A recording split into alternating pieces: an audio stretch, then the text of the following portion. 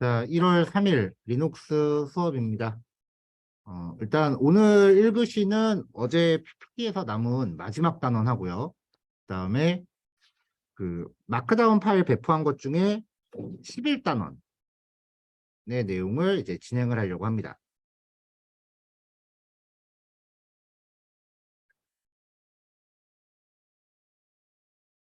자, 먼저 이제 쉘이라고 하는 개념을 소개하려고 하는데요. 우리가 터미널을 가동을 하죠. 그 터미널이라는 걸 가동하고 나면은 그 터미널은 일종의 껍데기예요.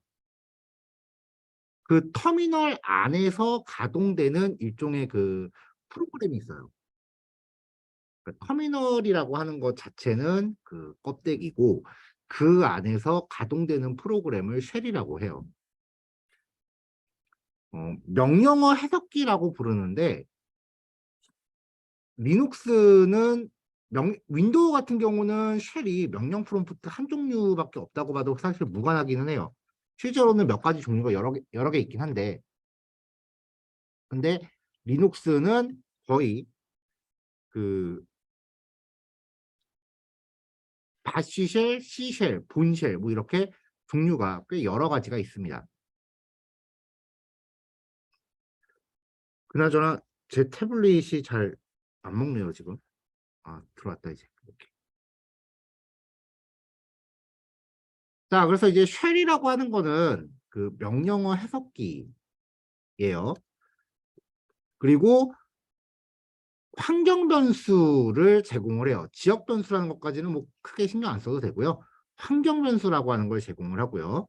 그리고 이 쉘 자체가 명령어 해석기이기 때문에 명령어들이 집약된 쉘 스크립트라는 기능을 제공을 해요. 그러니까 우리가 자바스크립트 파일을 실행하기 위해서 노드라고 하는 자바스크립트 해석기가 필요한 것처럼 리눅스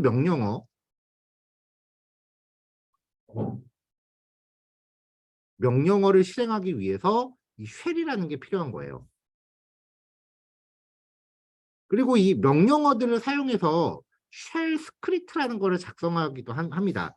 쉘 스크립트는 확장자가 sh예요. 맥에서도 똑같이 쉘 스크립트가 적용 가능한데 맥 같은 경우는 이걸 애플 스크립트라는 걸로 발전시켜서 쓰기는 해요. 근데 여기까지 들어가면은 좀 난이도가 많이 어려워지고요. 그 C 언어를 모르는 상태에서는 사실 좀 접근하기가 힘든 부분이 있기 때문에 쉘 스크립트까지는 우리는 진행을 안 할 거예요.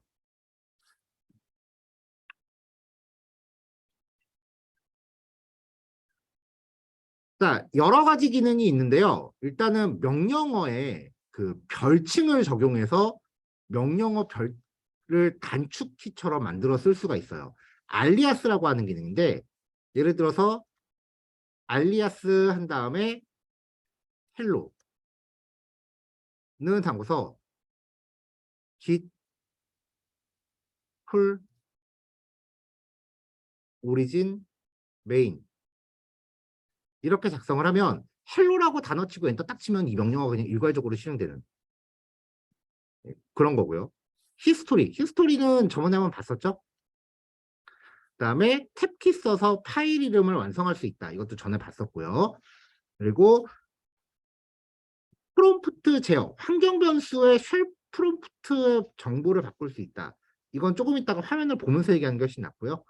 그 명령어를 직접 정의할 수도 있어요. 여기에서 경험을 해볼 거는 하나, 뭐 이거 두 개는 이미 알고 있는 거고 이거 뭐 요 정도 한번 경험해보고 넘어갑시다.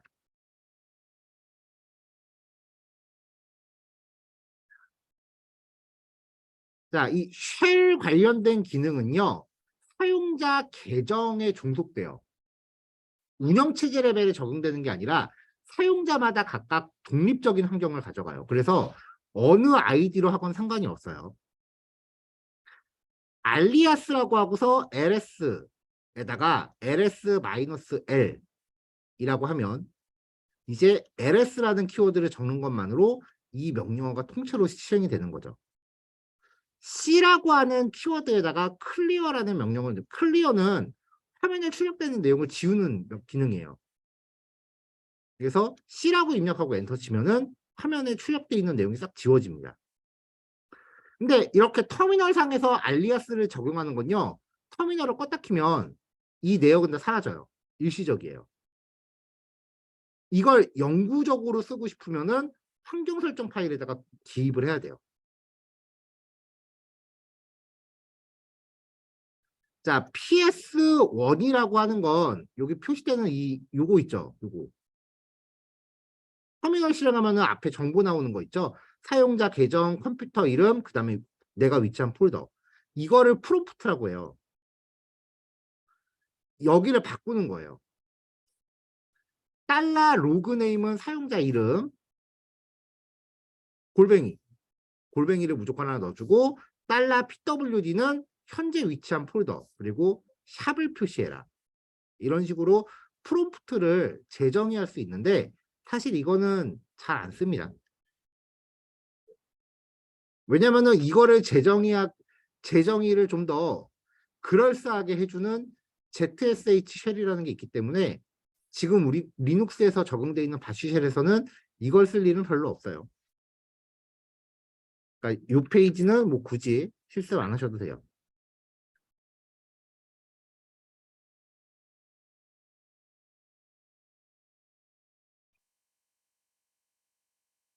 자, 그 다음에 이제 환경 변수. 리눅스에서 말하는 환경 변수와 윈도우에서 말하는 환경 변수는 같습니다. 운영체제 레벨에 적용하는 변수 값이죠. 그래서 리눅스 혹은 윈도우 운영체제 자체적으로 사용을 하지만 모든 프로그램들이 그 값을 읽어다가 쓸 수도 있다 그랬죠. 그러니까 여기에 기입된 값을 노드에서 process.env. 변수 이름 이렇게 해서 이 환경 변수들을 다 가져와요. 자, 그 중에 시스템 안에 내장되어 있는 변수가요. 홈, 로그인한 사용자의 홈 디렉토리, pwd, 현재 작업 디렉토리, 로그네임, 유저네임, 로그인한 사용자 이름인데 요 세 가지는 시스템마다 어떤 값은 있고 어떤 값은 없을 수도 있어요.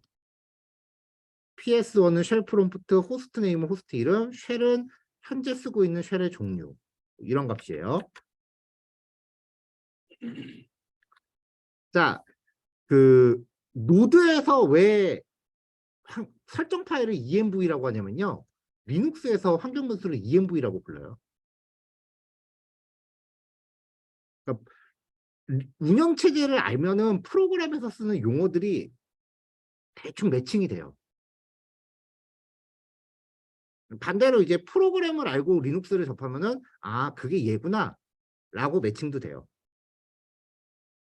자, 프린트 env 혹은 그냥 env라고 명령어를 내리면 컴퓨터에 쓰고 있는 환경 변수가 나옵니다. 맥도 마찬가지니까.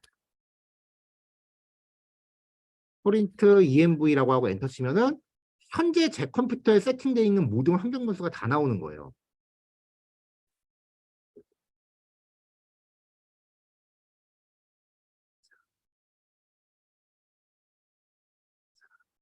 홈, 유저 밑에 이거.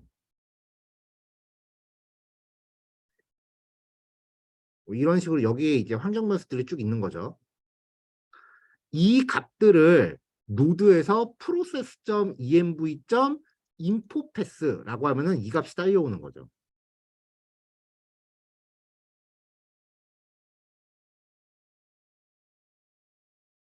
자, 프린트 env도 가능한데 그냥 env도 마찬가지 결과를 가져오는데 이렇게 해서 출력하려면 출력 결과가 너무 많으니까 보고 싶으면 특별히 보고 싶은 게 있다면은 파이프라인 걸고 그랩 한 다음에 특정 명령어 값만 이렇게 필터링해서 보는 게 좋다라는 겁니다. 그리고 환경 변수 값을 직접 출력하고 싶으면요. 달러를 써요. 에코가 출력 명령어예요. 에코 헬로 월드라고 하면은 헬로 월드를 출력해요. 에코 달러 자바 언더바 홈 이렇게 하면은 그 값이 이렇게 출력이 되는 거죠. 윈도우는 환경 변수 값에 액세스할 때 앞뒤로 퍼센트를 붙여요.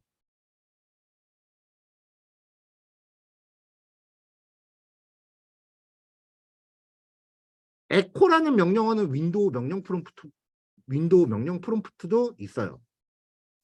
리눅스는 환경 변수에 접근할 때 달러를 써요.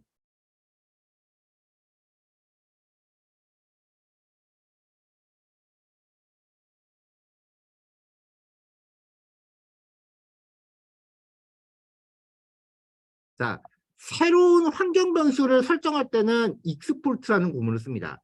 변수 이름 이퀄 값 이렇게요.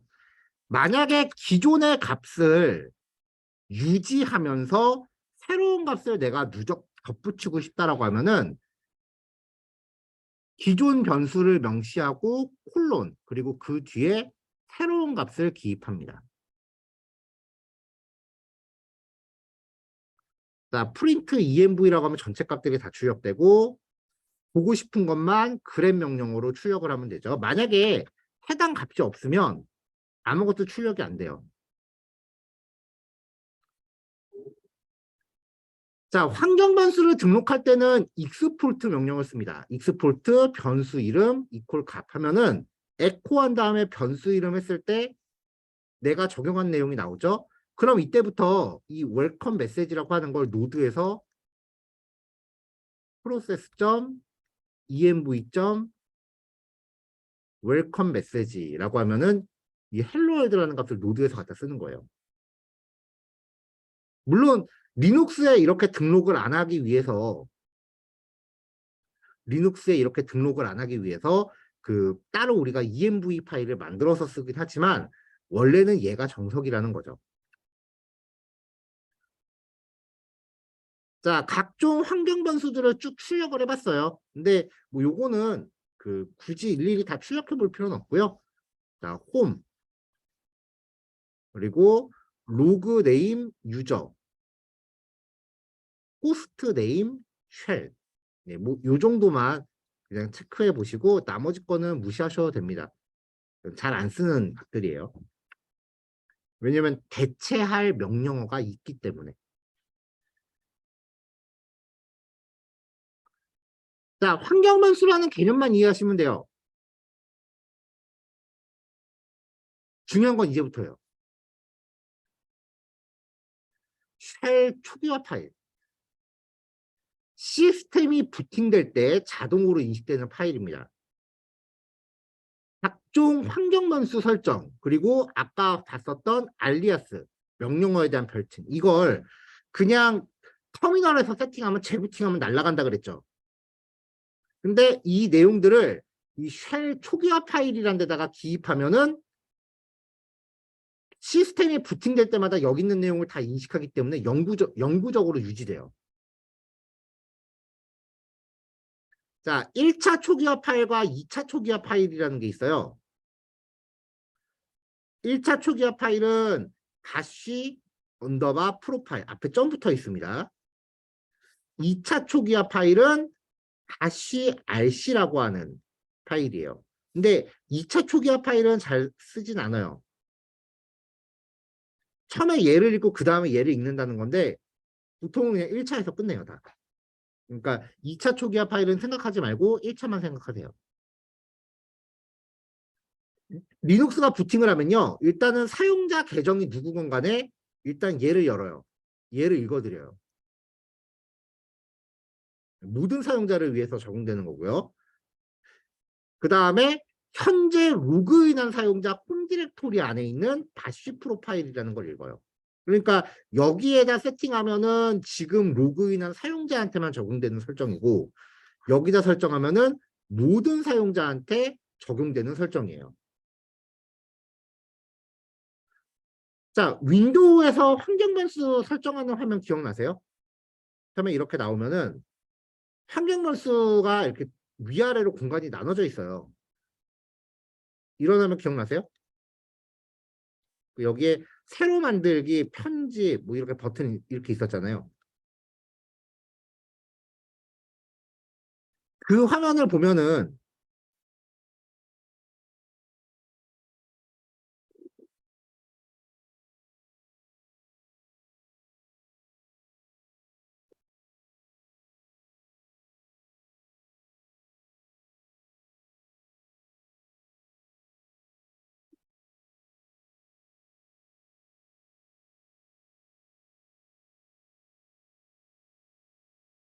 네, 이런 식으로 화면이 돼 있죠. 자, 여기 보면은 시스템 변수라는 게 있고 여기는 어드민에 대한 사용자 변수가 있죠. 그러면 여기 기입하는 게 모든 사용자, 여기에 기입하는 게 현재 로그인한 사용자한테 종속되는 값들이에요. 그러니까 이제 여기에랑 같은 역할을 하는 게 etc 밑에 프로파일이라는 애가 이 시스템 변수 역할을 하는 거고요. 홈 디렉토리 밑에 다시 프로파일이라고 하는 게 여기 역할을 하는 거죠.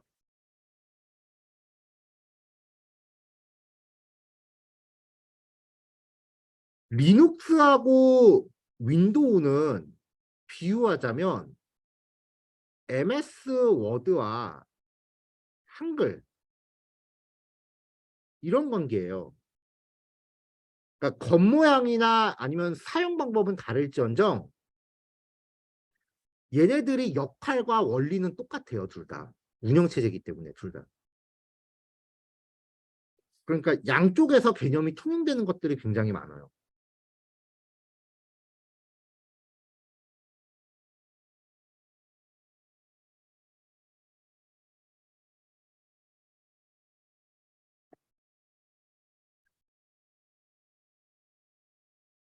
자, VI로요. 자기 홈 디렉토리에 있는 점 다시 프로파일을 엽니다. 홈 디렉토리 정도는 환경 변수로 접근해도 되고요. 혹은 물결로 해도 되겠죠. 자기 홈 디렉토리 밑에 있는 점 다시 프로파일이라고 하면은 이런 파일이 열리는데 여기에 있는 요 보라색으로 체크된 앞에 샵이 붙는 주석이거든요. 이 주석 파일들은 원래는 없는 내용이에요. 그냥 여러분들 설명용으로 제가 여기 주석을 일부러 따로 기입을 한 거고요. 자, 얘는 만약에 2차 초기화 파일이 존재하면 걔를 읽어드려라라는 의미예요. 그러면 문법은 좀 처음 보는 형태지만 if문인 거는 딱 보면 알겠죠. 쉘 스크립트 문법이라서 뭐 크게 깊게 생각 안 하셔도 됩니다. 자, 패스라고 하는 변수를 만들어요. 여기에 기존의 패스 값 콜론 홈 밑에 로컬 밑에 빈 콜론 구별 홈 밑에 빈 이런 폴더를 이제 새로운 패스로 지정을 하고요. 얘를 환경 변수로 등록하기 위해서 익스포트 패스. 보통은 이걸 줄여서 그냥 요 라인 없애버리고 익스포트를 이 앞에 붙여요. 익스포트 패스 이퀄 하면서 이렇게 한 줄로 많이 써요. 맥 쓰신 분들은 이런 거면 되게 많이 봤을 거예요. 뭐 하나 개발 환경 세팅할 때마다 튀어나오죠. 자, 알리아스 별칭 LS는 LS-L이라고 하고 VI로 편집하는 거니까 편집하려면 I키 누르고 시작해야 되죠. 자, 그 다음에 ESC 누른 다음에 WQ라고 해서 저장을 합니다. 자, 이렇게 설정 파일이 바뀌고 나면은 얘를 다시 로드 시켜야 돼요, 쉘에. 그래서 소스 한 칸 띄고 설정 파일 경로. 이렇게 하면은 이제 이 스크립트 파일에 명시되어 있는 내용들을 이 쉘이 인식을 하고요. 이제부터 영구 저장됩니다.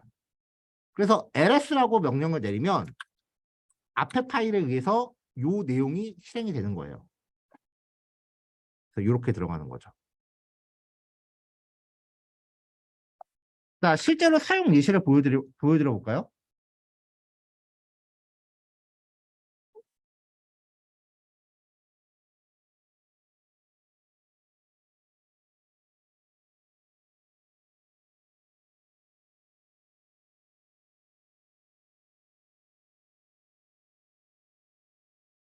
자, 이게 지금 제가 쓰고 있는 알리아스들이에요. 실제로 제가 사용하는 알리아스들인데 풀이라고 하는 거에다가 디풀 오리진 메인을 걸어버렸어요. 이거 다 쓰기 귀찮잖아. 푸시에다가 git add all 세미콜론 git commit m 하고서 그 다음에 코멘트는 그냥 점 세미콜론 git push 오리진 메인. 이 코멘트는 웬만하면 적어주는 게 좋긴 한데 어차피 이건 저 혼자 쓰니까요. ls는 실제로 저도 쓰고 있고요. 그 다음에 남이라고 하는 명령어는 그 제가 외주 개발할 때 그쪽 서버에 접속할 일이 자주 있으니까 실제로 개발하려면 실제 서버 접속할 일이 되게 많거든요. 그래서 거기에 접속하는 명령어를 예약어로 단축키를 만들어 놓은 거고요. RMDS, find, 찾아요. 현재 폴더 안에서 이름 기반으로 .ds 스토어라는 파일을 다 찾아요. 그래서 걔네를 다 지워요. 이 파일 그 맥에서는 되게 불필요한 파일이 자주 생긴다 그랬죠. 뭐 나머지 것들은 뭐 그렇다 치고요. 자, 그 다음에 얘네들 이제 제가 쓰는 환경 변수들 등록해 놓은 거고요. 알리아스 명령어가 되게 긴 게 하나 있어요. 그래서 얘를 시뮬레이터라는 명령어로 별칭을 하나 만들어 놨어요.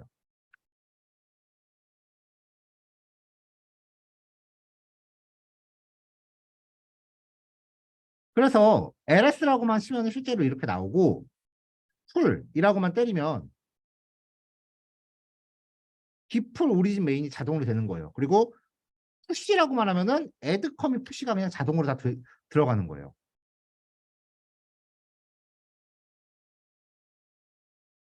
되게 편해요. 그냥 푸시라고만 하면 되니까.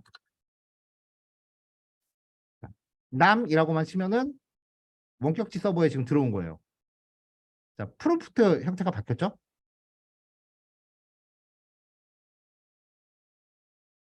시뮬레이터라고 내리면은 이제 이건 제가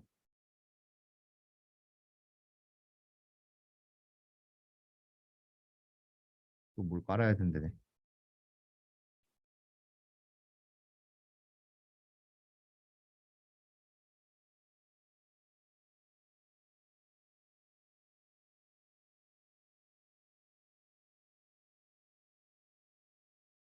네, 아이폰 에뮬레이터를 가동시키는 명령어를 해놓은 거예요. 그냥 모바일 개발할 때는 웹브라우저로 보는 거는 한계가 좀 있기 때문에 아이폰 에뮬레이터를 이렇게 걸어놨고요. 그래서 웹 개발할 때 얘로 열어서 테스트를 하는 거죠.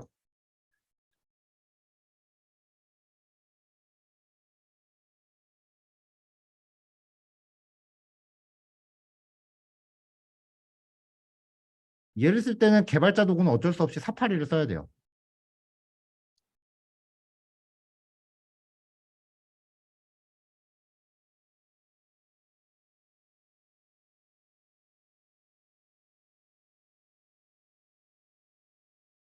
개발자용의 시뮬레이터.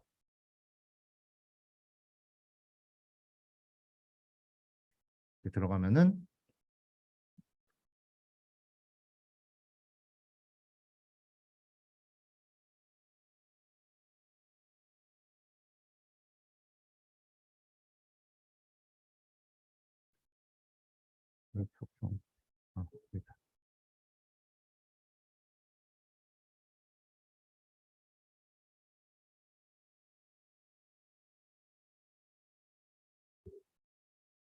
자, 이렇게 하면 이제 사파리로 개발자 도구가 열리면서요. 여기서 이제 찍으면은 지금 요 아이폰 화면에 나오는 웹페이지를 디버깅 할 수 있어요. CSS 옆에 있고.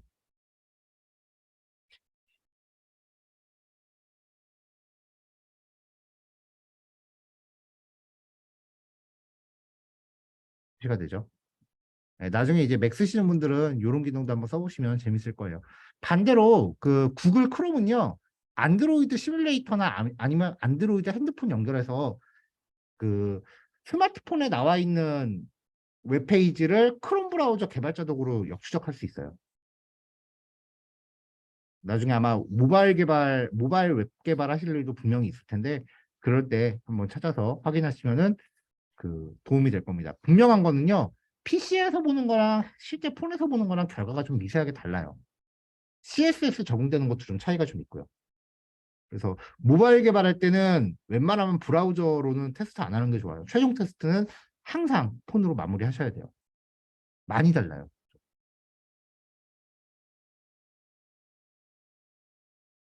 자, 요거는 이제 운영체제에서 얘기하는 기본적인 쉘에 대한 사용 방법인데, 쉘에 대한 이야기인데, 이 리눅스에서 제공되는 이 기본 쉘이 사실 썩 그렇게 좋지는 않아요.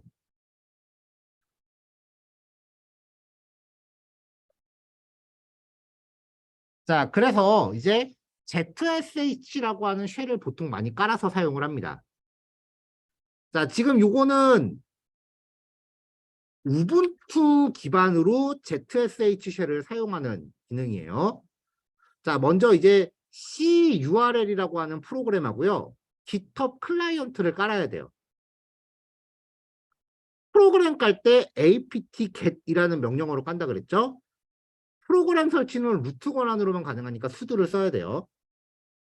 자, apt-get -y install zsh 깔고요. curl과 git을 깝니다.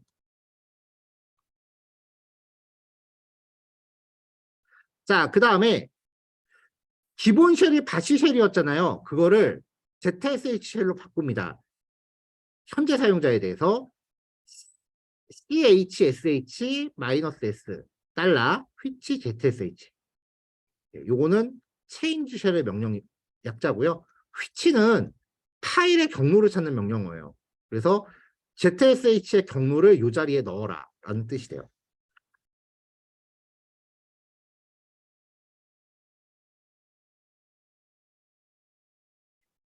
자, 그 다음에 이제 오마이 ZSH라는 걸 깔아야 되는데,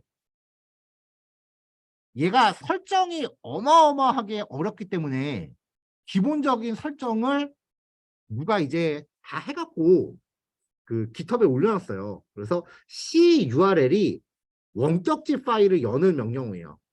CURL-L 그 다음에 주소 쉘 스크립트 파일을 내려받는 거예요. 그리고 파이프라인 걸고 sh라고 하면 이 파일을 실행을 합니다.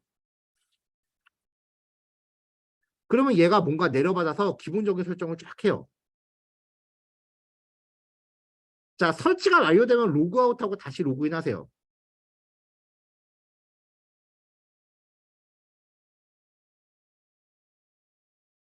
자, 재로그인하고 나서 내 쉘이 잘 바뀌었는지 확인하세요. 에코 달러 쉘이라고 하면은 이렇게 나오면 제대로 된 거예요. 만약에 이게 안 됐다면 2번부터 다시 진행해 보시면 돼요. 자, 얘는 몇 가지 플러그인들이 제공이 됩니다.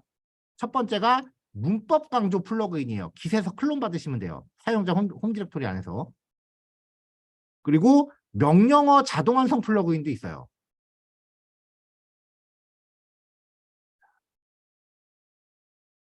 자, 문법 강조 플러그인은 내가 없는 명령어를 쓰면 이렇게 빨간색으로 나와요. 존재하지 않는 명령어를 쓰면. 근데 존재하는 명령어를 쓰면 이렇게 초록색으로 나와요. 명령어 자동 완성 플러그인은 한두 글자 치면 내가 마지막으로 썼었던 명령어가 이렇게 촥 하고 회색으로 나오거든요. 이때 방향키 오른쪽을 쳐버리면 이게 한 번에 쫙 자동 완성돼요. 이것만 해도 편의 기능이 진짜 어마무시해요. 자, 기사를 이렇게 다운받고요. 그 다음에 이제 그 ZSH의 초기화 파일을 수정을 합니다. 그러니까 ZSH 파일을 깔고 나면은 보통은 다시 프로파일이 쉘 초기화 파일인데 이게 쉘 종류에 종속되는 거기 때문에 ZSH를 깔고 나면은 얘로 바뀌어요. 초기화 파일이. 앞으로는 얘만 쓰는 거예요. 자, 첫 번째로 테마 변경. 자, ZSH 테마라고 하는 곳에 이 테마 이름을 적으면 됩니다. 저는 보통 AF 매직이라는 테마를 되게 많이 써요. ZSH 테마는요. ZSH 테마라고 검색하면 테마스라고 해서 쭉 있어요. 여기서 자기 마음에 드는 거 깔면 돼요. 얘가 AF 매직이고요. 이게 제일 심플해 보여서 저는 이걸 잘 쓰거든요. 뭐 이런 거 쓰시는 분들도 꽤 계시고. 그 맥 쓰시는 분들 중에 터미널이 좀 이쁘장하게 튜닝돼 있는 분들 보신 적 있을 거예요. 걔 정체가 이거예요. 자, 그 다음에 설정 파일을 좀 내려가다 보면은 플러그인스라고 한 다음에 플러그인으로 긴만 이렇게 연결이 되어 있습니다. 여기에다가 아까 설치한 플러그인 두 개를 줄바꿈해서 또 추가를 해줍니다. 자, 파일이 다 바뀌었으면 ESC 누르고 WQ 눌러서 엔터 누르면 되고요. 그 다음에 소스 명령으로 초기화 파일을 다시 로드하면은 그때부터 예쁘장한 그 초기화 파일을 볼 수 있습니다.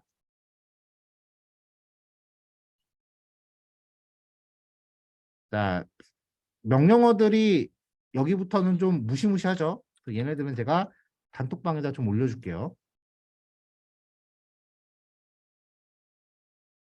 자, 첫 번째 하나씩 올릴게요.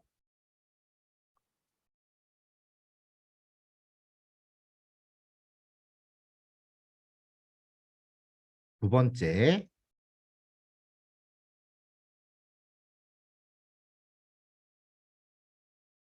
세 번째.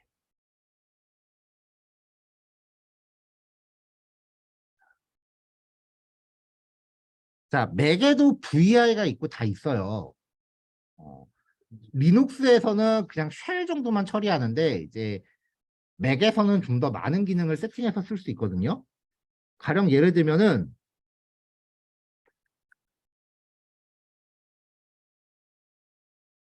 VI 에디터의 다음 버전이 빔이라 그랬죠.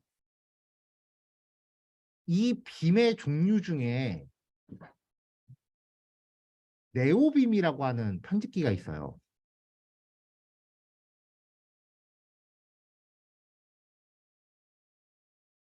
저는 보시면은 VI 명령어에 그 네오빔을 깔아갖고 이 네오빔이 실행되도록 VI 명령어를 바꿔치기 해놨어요.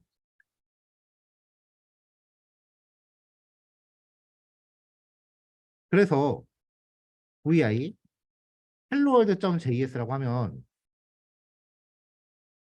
자, 일단은 VI 에디터에 라인 번호가 나오고요.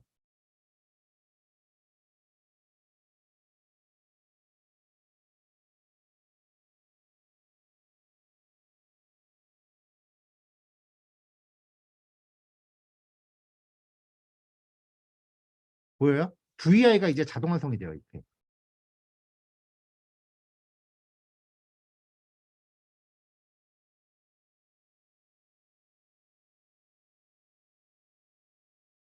맥은 좀 더 많은 튜닝이 가능해져요.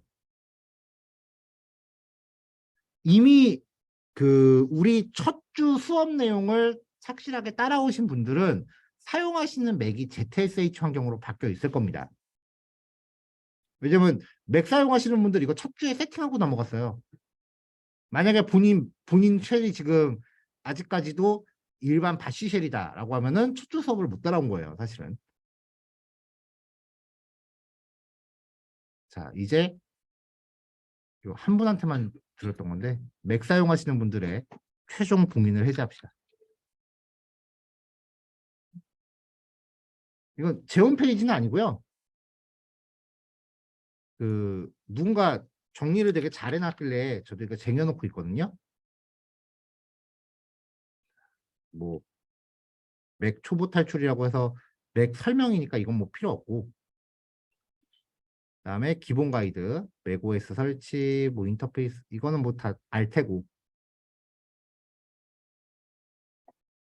그다음에 보안 관련된 거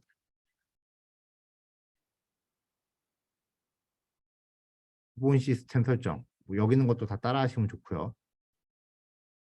그다음에 중요한 건 여기 개발 환경 설정.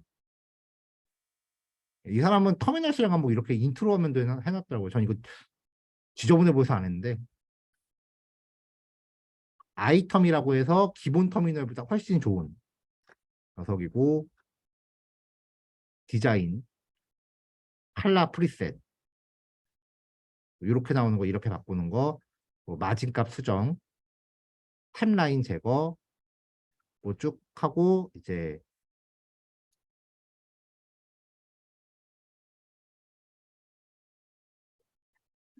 그러고 이제 홈브루 맥에서 사용하는 이 홈브루라고 하는 거는 리눅스의 apt 겟과 같은 역할을 합니다. 그래서 맥 사용하시는 분은 뭐 프로그램 깔려고 하면은 브루 한 칸 띄고 명령어 들어가는 게 되게 많을 거예요. 근데 얘가 M1부터는 세팅이 그지 같아. 좀 어려워요. 잘 따라 하셔야 돼요. 근데 맥에서는 홈브루가 없으면은 자바스크립트 이외에 다른 프로그래밍 언어는 거의 못해요. 그래서 얘는 꼭 쓰셔야 돼요. 그리고 맥에서 오마이 ZSH 깔고 세팅하는 거 다 똑같죠? 맥이나 리눅스랑 도찐 개찐이에요. 얘는 테마를 뭐 이상한 걸 깔아서 쓰더라고요.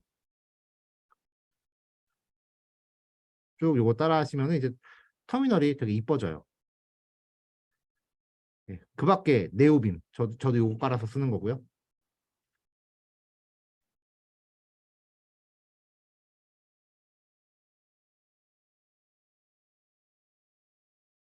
FZ 이건 나도 깔아는 봤는데 별로 안 쓰게 되더라.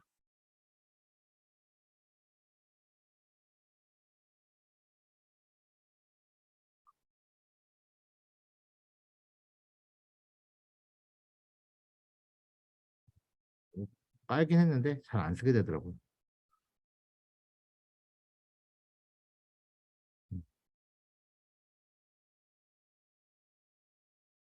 예, 요거는 저도 깔아서 쓰고 있고요. 어쨌든 여기 나와 있는 것들을 시간 내 갖고 한번 차근차근 해보세요.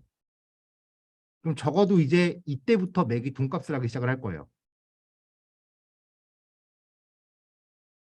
맥을 이제 쓰시면서 그냥 순정 상태로 쓰신다라고 하면은 그냥 이쁜 노트북일 뿐이지만 여기 있는 세팅을 다 하시고 나면은 쓸만한 개발 장비가 돼요. 그래서 요 URL 뭐 수업 기간 중에는 따로 시간 내기 좀 힘들 테니까 나중에 종강하고 나서 한번 쭉 따라서 해보시면 어디 내놔도 부끄럽지 않은 녀석이 될 겁니다.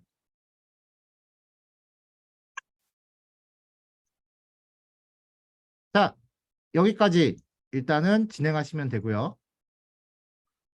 11시에 만나도록 합시다.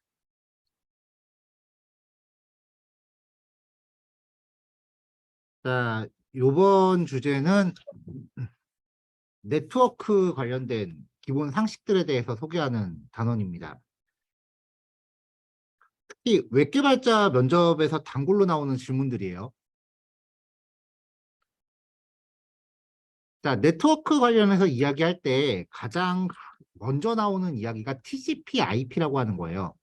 TCP/IP가 두 가지를 이제 결합한 용어인데요. 일단은 프로토콜이라는 것도 알아야 돼요. 프로토콜이라고 하는 거는 일상 용어에서도 종종 쓰여요. 규약을 뜻해요. 그래서 TCP/IP라고 하는 거는 네트워크 전송 프로토콜이라고 표현을 하는데 우리말로 하면은 네트워크 전송 규약쯤 되겠죠. 네, 이게 인터넷 표준 규약입니다.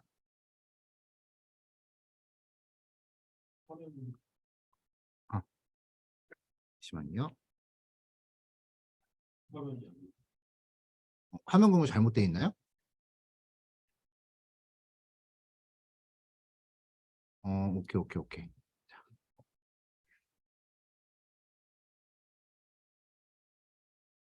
자, 여기 첫 번째 줄 했어요. 네, 네트워크 전송 프로토콜이고 인터넷 표준 프로토콜이다. 규약. 자, 그 TCP/IP는요. 트랜스미션 컨트롤 프로토콜을 줄임말이고요. 인터넷 프로토콜이라고도 해요. 이게 TCP 규약과 IP 규약 두 가지가 혼합된 용어예요. TCP는 그 데이터를 쪼개는 규약이에요. 한꺼번에 대용량을 전송하면은 되게 오래 걸리기 때문에 이거를 쪼개서 여러 번 보내거든요. 그리고 IP 프로토콜은 데이터를 주고받는 것에 대한 규약이에요. 이 두 가지를 결합한 게 TCP/IP입니다. 뭐 여기서 더 깊게 알 필요는 없지만 TCP는 데이터를 쪼개는 그 나누는 규약이고 IP는 주고받는 것, 즉 전송이다. 그래서 이 두 가지를 합쳐서 네트워크 전송 프로토콜이라고 한다. 이 정도는 외우고 계세요. 면접 때 많이 물어봐요.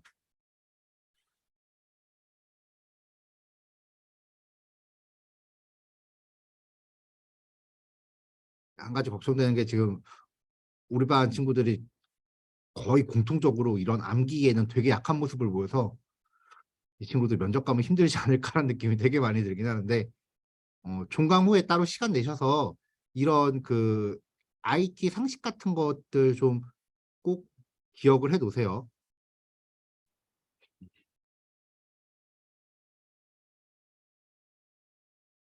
그 요즘 들려오는 개발자 채용 기준은요. 어느 정도 기본기만 되면은 코딩은 가리키면 된다예요. 근데 기본기 기초 지식이 없으면은 그거는 대책이 없다라고 이야기를 많이 해요. 그래서 굉장히 걱정이 좀 많이 되고 있어서 그런 부분들은 여러분들이 좀 잘 챙겨주시면 좋겠어요. 저번에도 한번 그 보여드린 적이 있는데 개발자 기술 면접 GitHub이라고 검색을 하면 네, 뭐 신입 개발자 관련된 지식이라고 해서 분야별로 여러 사람들이 이렇게 모여갖고 네, 꽤 많은 사람들이 모이고 있죠. 이렇게 모여서 그 정리하고 있는 내용들이 있어요.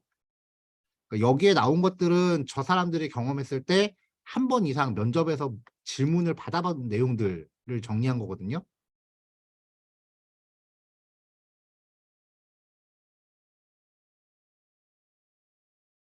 꽤 종류별로 많이 있어요. 네, 그런 것들을 좀 많이 기억을 해놓으세요. 뭐 웹이라고 하면은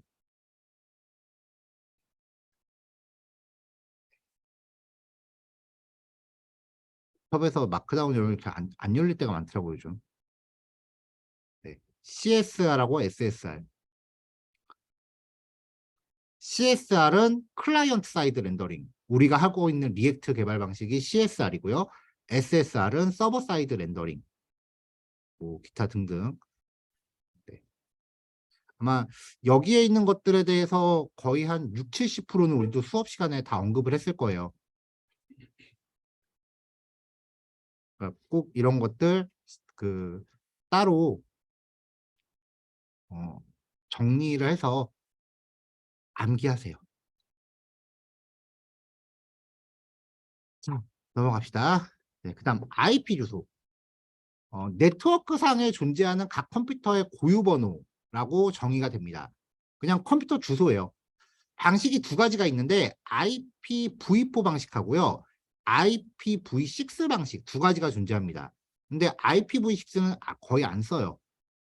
그래서 IPv4 방식은요. 숫자 4개로 표현을 하는데요. 각 숫자가 0부터 255번까지 범위를 가져요. 자, 로컬 컴퓨터의 주소는 127.0.0.1로 고정돼 있어요. 그래서 모든 컴퓨터가 이 주소를 지칭하면 자기 스스로를 지정합니다. IP 주소 범위에 따라서 그 IP 클래스라고 해서 이제 범위가 나눠져 있는데요. 뭐 여기 설명에 숫자가 돼 있는 거는 무시하셔도 되고요. 일반 컴퓨터용 범위는 이만큼이고요. 멀티캐스트용은 방송용이에요. 그리고 연구용으로 예약돼 있는 범위도 있고요. 근데 이 범위에 대해서는 뭐 굳이 기억 안 하셔도 되지만 요 상식은 반드시 가지고 계셔야 돼요.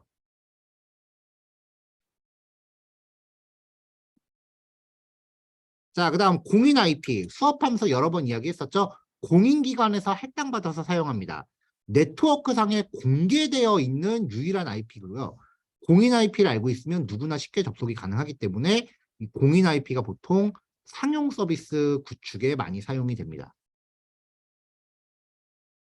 일반적으로는 고정 IP라고 많이들 알고 있는데 고정 IP라는 용어는 없어요, 사실상. 공인 IP가 잘못 쓰이고 있는 용어예요. 그 다음 사설 IP, 내부 IP라고도 하는데요. 공유기 같은 게 생성해서 할당하는 IP예요. 그래서 이 공유기에 속해 있는 컴퓨터들 안에서만 통용되는 IP다라고 해서 내부 IP라고 부르고요. 이걸 보통 사설 IP라고 해요. 왜냐하면 이 공유기가 사적으로 발급한 IP다 그거예요. 외부로부터의 접근이 불가능합니다. 왜냐하면 외부에서 접근하면은 공유기기가 차단을 해버려요. 사설 IP 대역은 정해져 있어요. 10.0.0.1부터 요 범위, 172.16.0.1부터 요 범위, 192.168.0.1부터 요 범위. 일반적으로 가정용 공유기가 요 세 번째 범위를 쓰고요. 기업 같은 데서는 사설 IP 대역을 이걸 써요. 지금 학원이 172대를 쓰고 있어요.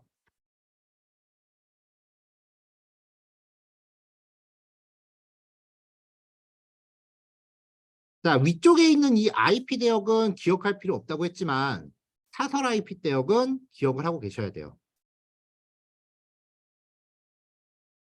특히 192.168 요걸로 시작하는 거 그리고 172.16, 172.31 요 세 가지 범위 때는 반드시 기억을 하세요.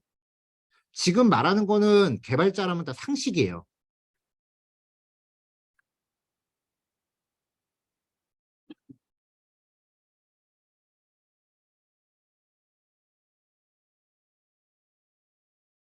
자, 그 다음 이제 호스트 이름과 도메인 이름. IP 주소 자체가 숫자로 돼 있어서 쓰기가 좀 불편하죠. 그래서 문자열 형태로 만들어진 주소를 이제 구성을 하는데 그게 호스트 이름과 도메인 이름입니다. 어, 호스트 이름은 컴퓨터를 가리키고요. 도메인은 그 회사를 의미합니다. 그래서 어떤 회사가 있다면 그 회사 도메인을 이걸로 이제 지정을 하고 그 회사에 소속돼 있는 컴퓨터들한테 전부 다 앞에 단어를 붙여주는 거예요. 보통은 사용자 아이디 같은 걸 쓰겠죠. 그래서 예전에 한번 얘기했었죠. 그 워크그룹 말고 네트워크 그룹으로 이제 컴퓨터를 구성하면은 외부에서 공인 IP 들어오는 게 회사 메인 서버에 연결이 되고 여기에 각 직원들의 컴퓨터가 연결이 된다고 했죠. 그래서 여기에 이런 호스트 이름이 붙으면 도메인이 egenac.co.kr일 때 이 컴퓨터의 주소가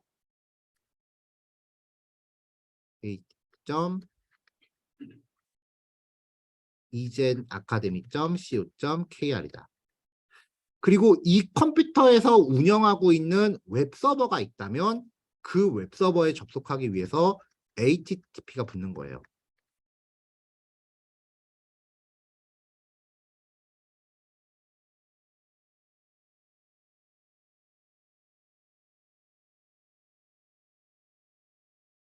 자, 근데 각각의 컴퓨터들은 모두 IP 주소라는 게 있다 그랬잖아요. 이 문자 형태로 된 주소는 이 IP 주소를 대체하기 위한 값이기 때문에 이 주소가 어떤 IP에 매핑된다라고 하는 게 DNS라고 하는 서버에 등록이 되어 있어야 합니다. DNS 서버도 수업 중에 여러 번 이야기했었어요. 자, 그 다음 이제 서브넷 마스크라는 게 있습니다. 서브넷 마스크는요, 네트워크 구분 단위예요. 그 IP 주소도 네트워크 주소와 호스트 주소로 나눌 수 있는데, 자, 제가 제 컴퓨터 IP를 좀 확인해 볼게요.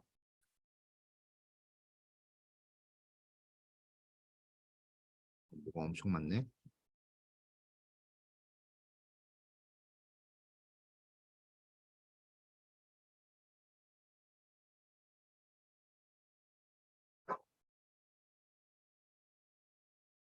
여기 있네요. EN0. 이게 지금 제 컴퓨터 IP인 것 같아요.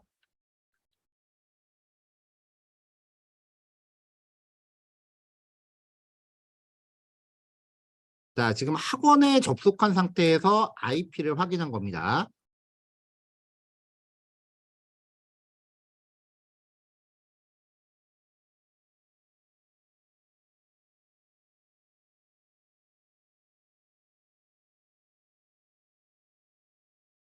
자, 제 컴퓨터의 IP 주소는 192.168.0.213입니다.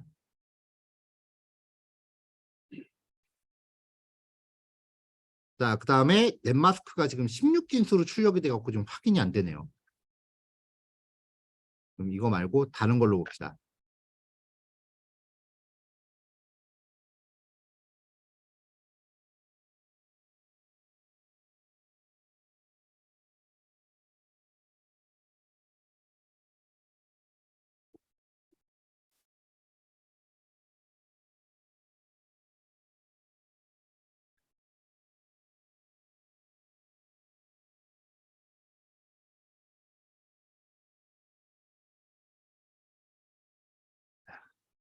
자, 여기 지금 정보가 나왔어요.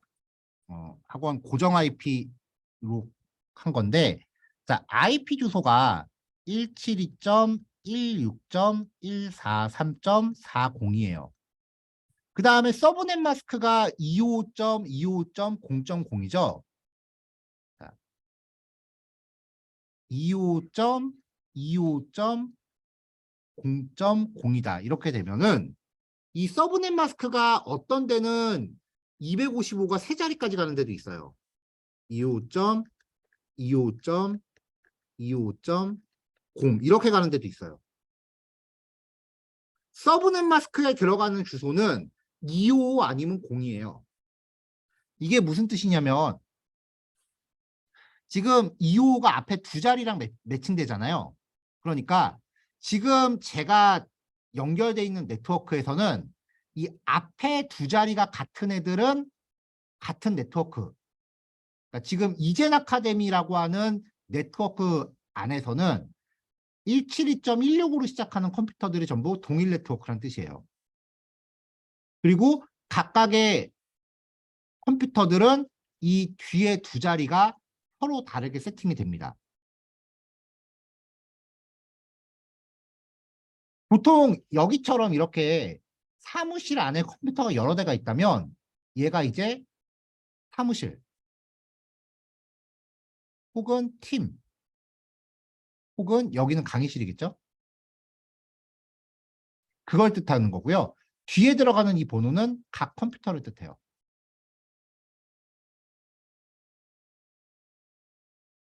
그러니까 여기는 이제 이젠이라고 하는 큰 그룹 안에 각각의 소그룹이 있고 그 안에 개별 컴퓨터들이 이렇게 모여 있는 형태로 네트워크가 구성이 돼 있는 거예요. 그러니까 굳이 그리면은 외부에서 네트워크가 이렇게 들어오면 이게 다시 커다란 공유기 연결이 돼서 각각의 소그룹으로 나뉘고요. 여기에 공유기가 하나씩 또 연결돼 있다고 보시면 돼요. 그래서 이 공유기 안에 컴퓨터들이 또 연결돼 있는 거죠. 이게 딱 보면 그 장비가 구성이 되는 게 정수기 옆에 보면 있어요. 얘가 14층에서 14층 오셨던 분들은 정수기 옆에 보면 네트워크 장비 보이죠. 그리고 각 강의실마다 네트워크 장비가 있어요.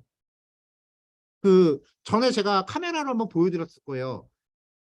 우리 강의실 네트워크 장비는 제 책상 옆에 붙어 있어요. 잠깐 줌 카메라 좀, 아, 내가 지금 노트북을 하고 있어서 안 되는구나. 자, 어때? 딱히 보여드릴 방법이 없네요. 그러니까 정수기 옆에서 네트워크 회선이 나와서 제 강사 옆에 있는 장비로 들어가고 이 장비로부터 강의실에 있는 각 컴퓨터들이 연결이 되는 거죠. 예, 이런 식으로 구성이 되어 있으면은 서브넷 마스크가 두 자리예요. 2호가. 자, 근데 소규모 회사는 굳이 저럴 필요가 없거든요. 네트워크 선이 들어와서 공유기 하나 딱 있고 여기에 바로 각자 직원들 컴퓨터 다 연결되어 있는 경우 있어요. 그럼 얘는 25.25.25.0이에요. 뒤에 마지막 자리로 각각의 컴퓨터만 구별하면 되니까 그룹을 나눌 필요가 없잖아요. 그래서 서브넷 마스크는 네트워크 그룹을 나누기 위한 단위예요. 마지막으로 라우터는요. 얘예요. 공유기 주소. 전에 이야기했었죠? 공유기. 공유기가 원래 분배한다라는 의미이기 때문에 이런 류의 장비를 라우터라고 한다고요. 분배기를 라우터라고 한다 그랬죠. 이걸 우리가 흔히 가정용 IP 공유기라고 부르는데 원래 이름은 라우터입니다. 그래서 분배한다라는 의미 때문에 이걸 프로그래밍에서 URL에 따라 함수를 분배한다. 그래서 라우팅 처리한다라고 부르죠.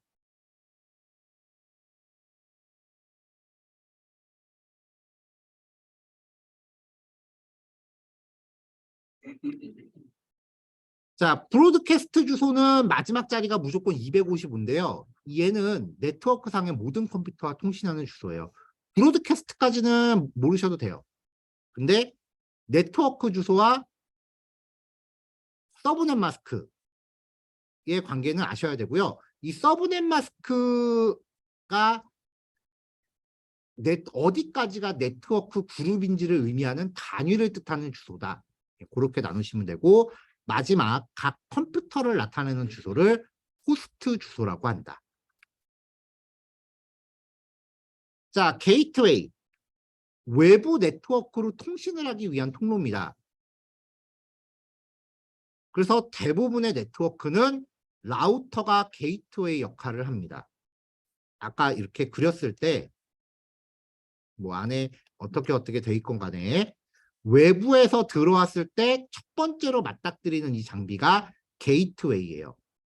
안쪽으로는 네트워크 주소를 분배하니까 라우터 역할을 하지만 안쪽에 있는 컴퓨터에서 외부에 나갈 때는 얘를 거쳐서 나가야 되기 때문에 그때는 게이트웨이 역할을 하는 거예요. DNS는 IP 주소를 호스트와 도메인 이름으로 변환해주는 서비스를 제공하는 서버고요. KT가 운영하는 우리나라 국가 DNS는 이 주소입니다. 각각의 회사마다 DNS를 따로 운영하는 경우도 있습니다.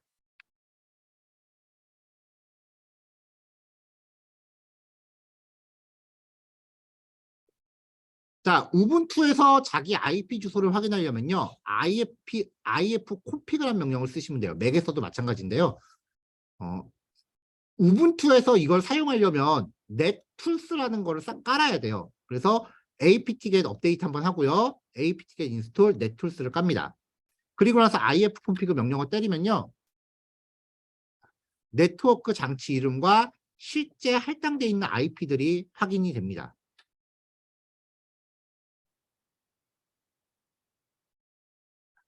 명령어를 ifconfig 장치 이름 이렇게 해서 특정 장치의 정보만 출력해서 확인할 수도 있어요.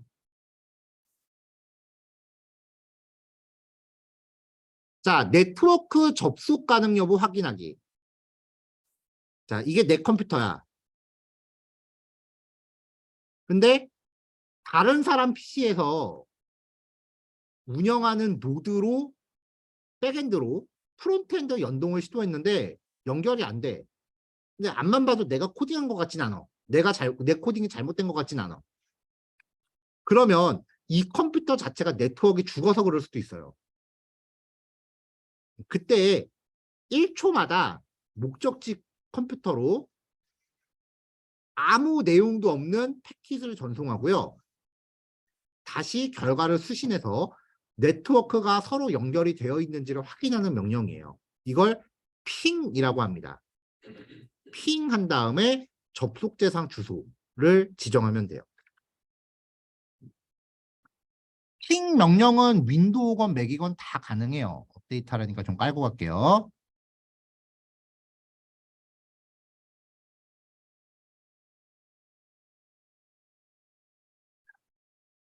핑.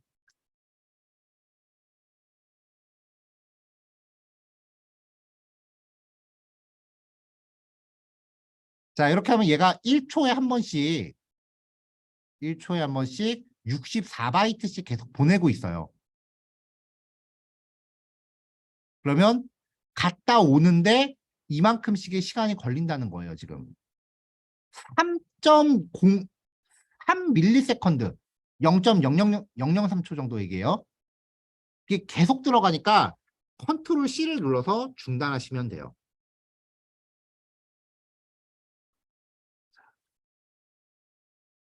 자, 핑 네이버닷컴이라고 하면, 자, 근데 얘는 지금 리퀘스트 타임아웃, 응답이 없는 거거든요. 근데 네이버가 죽어 있을 리가 없잖아요. 그럼 네이버는 핑에 왜 응답을 안 할까? 자, 핑에 응답한다라는 것은 접속 가능하다는 의미죠. 네트워크가 살아있다는 얘기예요. 그거는 그 시스템이 해킹이 가능하다는 의미로 해석될 수 있기 때문에 최근에는 방화벽을 통해서 핑에 응답하지 않도록 설정하는 게 일반적이에요.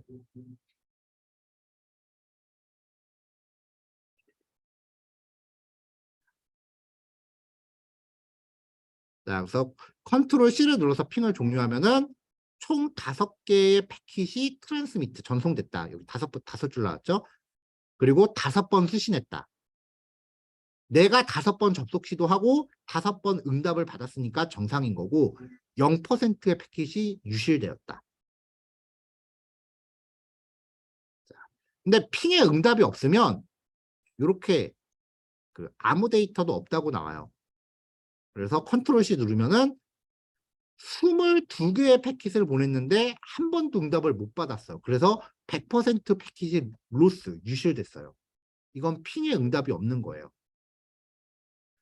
평소에 핑 응답을 잘 하던 컴퓨터가 저렇게 응답이 없으면 아, 저건 저 컴퓨터 지금 뭔가 문제가 있어서 뻗었나 보다 라고 해석할 수도 있지만 보안상의 이유로 핑의 응답을 안 하게끔 만들어 놓은 컴퓨터도 있다는 거예요. 그러면은 저 컴퓨터가 제대로 가동 중인지 확인하려면 원격지에 있는 컴퓨터라면 직접 가보는 수밖에 없어요. 만약에 우리 회사 웹사이트를 운영하고 있는 서버 컴퓨터가 뻗었는데 핑의 응답이 없다. 그럼 진짜 죽은 거니까 택시 타고 분당까지 가야겠죠.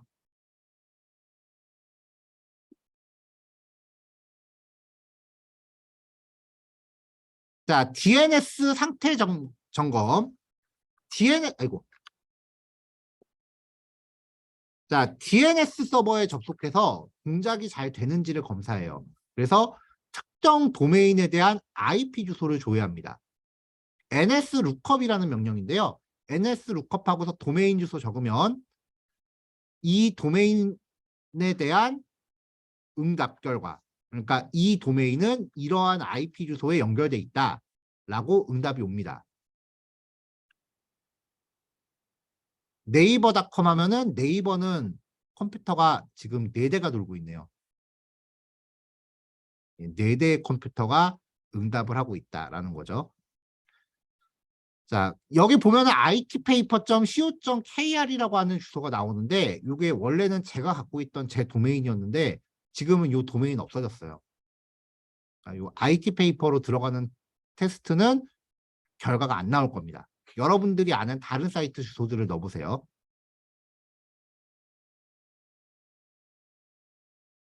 자, 그 다음 방화벽. 자, 미리 정의된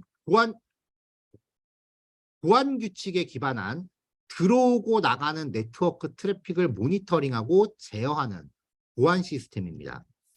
방화벽 또는 파이어월이라고 불러요. 신뢰할 수 있는 내부 네트워크와 신뢰할 수 없는 외부 네트워크 간의 장벽을 구성하는 역할을 하고요. 쉽게 말하면 포트 차단이에요.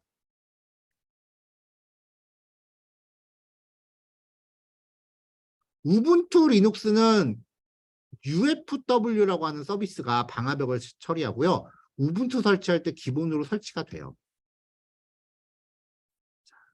그래서 여기부터는 이제 실습을 하셔야 되는데, 방화벽을 활성화할 때는 sudo UFW enable, 비활성화할 때는 disable. 자, 기본적으로 enable 해놓으셔야 돼요. 그 다음에 상태를 확인하시면 돼요. 스테이터스로. 그럼 이제 방화벽이 활성화되어 있는지 활성화 안 되어 있는지가 나올 거고요. 자, 효율적인 방화벽 운영 방법은 일단 모든 외부 접근을 차단하고요. 외부 접근을 허용하고자 하는 포트만 부분적으로 오픈하는 겁니다. 자, sudo UFW 디폴트 데니 이렇게 하면은 모든 외부 접근을 차단합니다. 만약에 외부 접근을 모두 열려면은 디폴트를 allow로 주시면 돼. 이거 완전 비추예요. 상용 시스템의 모든 방화벽을 열어놓는다? 어휴, 난리가 날 겁니다. 자, 그래서 일단 모든 외부 접근을 차단하고요. 자, 이걸 차단하고 나면은 우리가 지금 SSH 같은 걸 원격 접속하잖아요. 그게 막혀요. 그러니까 만약에 리눅스가 있고 윈도우나 맥에서 SSH로 접속을 했다라고 하는 거는 원격 접속을 했다는 얘기거든요. 이 상태에서 방화벽을 전부 차단시키면 현재 연결되어 있는 걸 강제로 끊지는 않아요. 근데 얘를 접속을 종료하고 나중에 다시 접속하려고 하면 그때부터 접속이 안 돼요. 로컬밖에 방법이 없어요. 그래서 나중에 재접속을 하려면은 SSH가 들어가는 포트 번호만 열어줘야 돼요. SSH가 기본으로 22번 포트를 써요.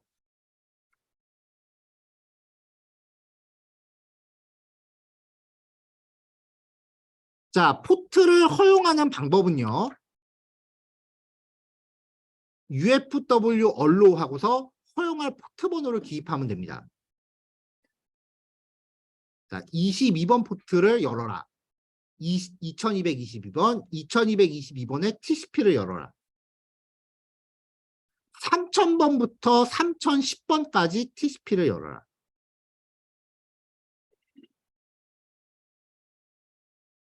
자, 이렇게 하면은 이 포트 번호를 통한 접속이 가능한데요. 만약에 내 컴퓨터에 접속하는 게 특정 컴퓨터만 접속할 수 있게끔 하려면 이 컴퓨터에 IP를 등록해서 IP로만 접근이 되게 할 수도 있어요. UFW allow from IP 주소를 기입하면 되는데 이거는 잘 안 써요. 보통은 포트를 통째로 열죠. 자, 특정 IP 접근 제한하기.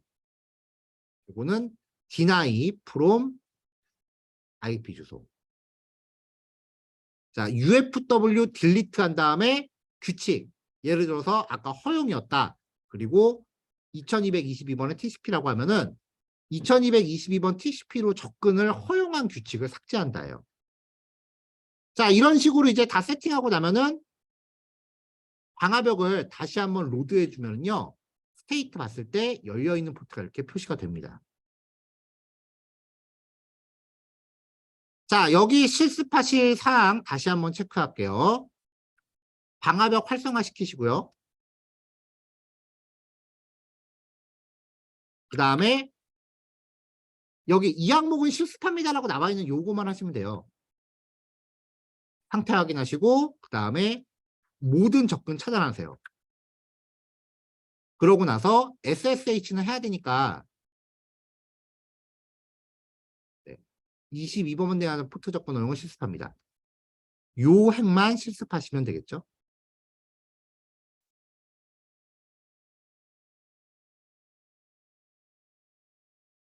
그리고 규칙 삭제는 하지 마세요. 뭐 지금 적용되어 있는 규칙도 없잖아요. 그 다음에 방화벽 리로드 하시고요. 그리고 마지막으로 상태 한번 잘 확인해 보시면 됩니다. 자, 방화벽 규칙을 리셋하려면 수도 UFW 리셋하시면 되는데 기껏 설정해 놓은 거 다시 리셋하지 마시고요. 자, 핑 차단하기. 여러분들 지금 맥이나 윈도우에서 리눅스 IP로 핑을 보내면 핑 응답을 할 겁니다. 자, sudo vi etc 밑에 ufw 밑에 before rules 파일을 열어서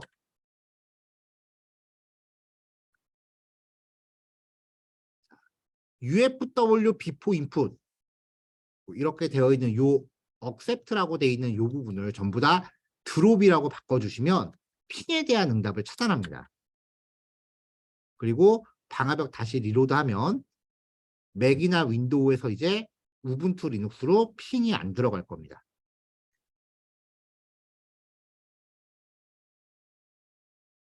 자, 이렇게 해서 이제 방화벽 세팅까지 하시고 나면요. 이제 우리가 네트워크로 사용해야 되는 FTP, SSH 그리고 가장 중요한 우리가 만든 웹사이트 시스템 얘네들에 대해서 이제 세팅하고 방화벽을 열 거예요. MySQL 같은 경우는 방화벽 잘 안 열어요. 왜냐하면 데이터베이스는 워낙 중요한 시스템이기 때문에 애당초 외부 접속을 허용을 안 해요. 그래서 MySQL에 접속을 하겠다라고 하면 윈도우나 맥이 있을 때 리눅스가 있고요. 이 안에 MySQL이 설치가 돼 있잖아요. 방화벽을 열면은 맥이나 윈도우에서 MySQL로 다이렉트 접속이 돼요. 근데 이렇게 안 하고 맥이나 윈도우에서 리눅스로 일단 1차 접속을 해요.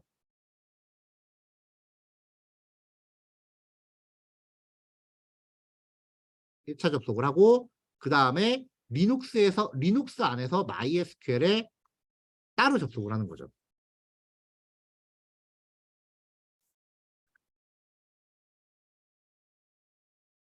자, 만약에 지금 지금 MySQL이요. 기본적으로 3306 포트를 쓰고 있습니다.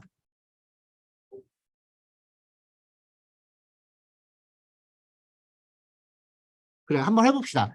리눅스에서 방화벽 열대어 있다가 22번 포트 열죠. 그리고 3306번 포트도 같이 여세요. 그러면 MySQL에 대한 포트 번호도 열릴 거예요.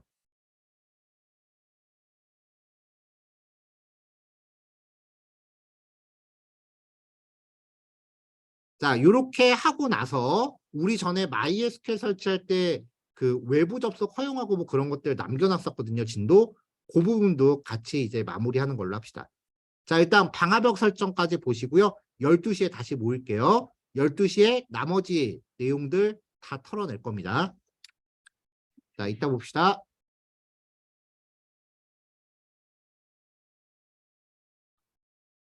자, 네트워크 개념에 대해서 설명을 했고요. 그다음에 방화벽 설정하는 명령에 대해서 이야기를 했습니다. 현재 상태는 방화벽이 활성화돼 있고 그 다음에 모든 포트 차단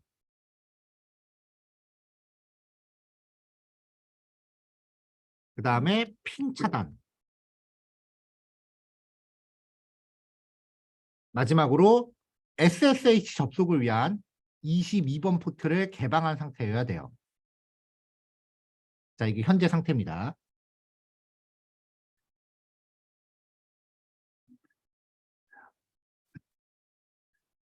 1번부터 여기 PPT로 진행한 10단원까지는 리눅스에 대한 기본 개념을 설명하는 거고요. 11단원부터 맨 마지막에 있는 17단원까지는 실제 상용 서비스를 구축할 때 리눅스 깔고 그냥 저거 다 세팅하는 거예요, 무조건. 그러니까 실제 상용 서비스를 운영하는 데 필요한 최소한의 설치 매뉴얼입니다. 실제로 저도 저 내용대로 세팅을 하고 있고요. 이대로 세팅해서 운영하고 있는 실제 서버도 있어요. 그러니까 여기 나와 있는 이 명령어들은 여러분들 수업용이기도 하지만 실제로 제가 서비스를 오픈할 때 매번 참고하는 자료예요. 자, 포트 개방까지 했고요. 자, 그러면 이제 궁극적인 목표는 우리가 만든 소스 코드를 리눅스 서버로 옮겨서 리눅스 상에서 가동을 시키는 거잖아요. 그러려면은 소스 코드를 리눅스 안으로 업로드를 해야 돼요. 방법이 두 가지가 있어요. 첫 번째는 여러분들 작업하고 있는 소스 다 깃허브에 올리죠. 물론 깃허브에 안 올리는 분들도 꽤 계시긴 하지만 깃허브에 올려놓고 리눅스에서 클론 받는 거예요. 그러면 내 PC에서 작업한 코드가 깃허브라고 하는 사이트에 모두 업로드가 되죠. 이거를 리눅스에서 모두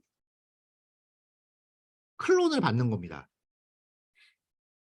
그러면 내가 작업한 내 컴퓨터에서 작업한 소스 이미 내 컴퓨터에서 테스트까지 다 된 게 깃허브에 올라가고 나면은 그거를 내가 리눅스에서 클론 받음으로 해서 그 다음부터는 푸시하고 풀 받고 이거를 반복하면 소스가 리눅스로 옮겨질 거 아니에요. 이 과정을 거치면 리눅스 시스템에 내가 작업한 코드를 그대로 보낼 수 있겠죠. 두 번째 방법은요. FTP라고 하는 걸 설치하는 거예요.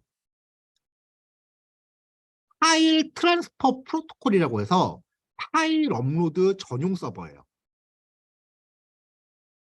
FTP를 사용하면은 내 컴퓨터에서 리눅스 시스템으로 다이렉트 업로드가 돼요.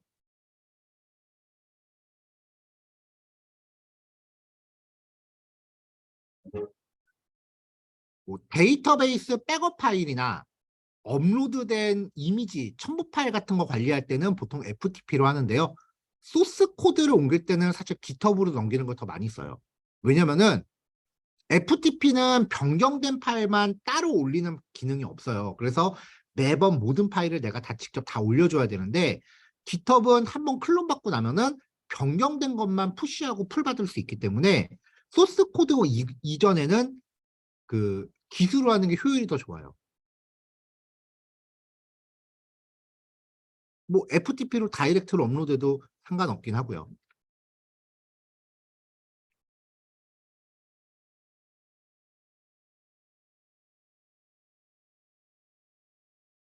자, 실제로 한번 그 보여드려 보면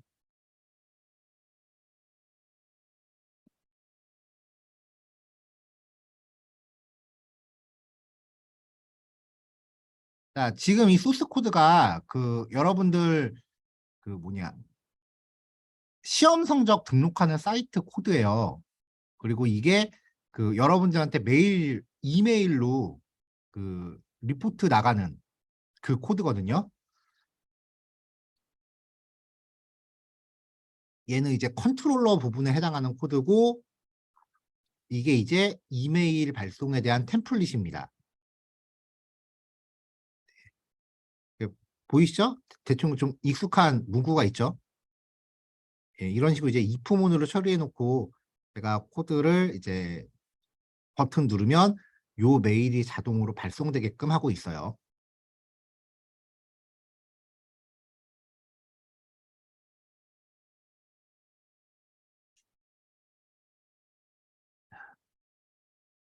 자, 여기에서 뭔가 하나 수정을 했다고 치자고요.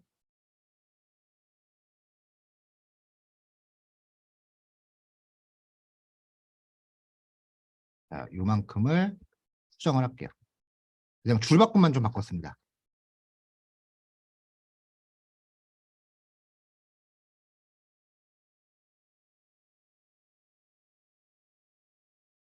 자, 이렇게 고치고 나서 얘를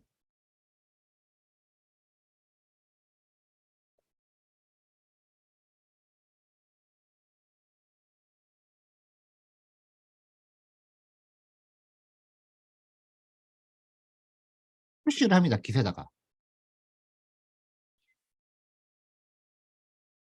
자, 그럼 이제 저 시스템이 가동되고 있는 리눅스 서버로 접속을 해야죠.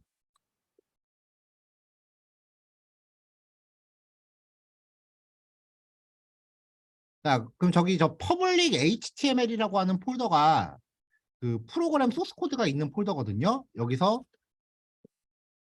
이렇게 풀을 받는 거예요.